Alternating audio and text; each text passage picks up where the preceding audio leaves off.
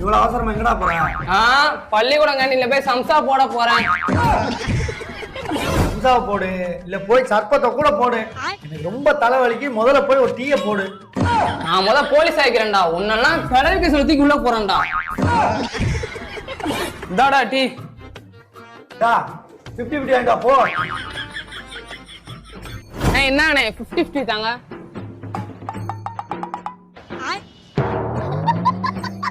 நல்லா வாய சம்பாதிக்கிற நார வாய திங்கிறான்.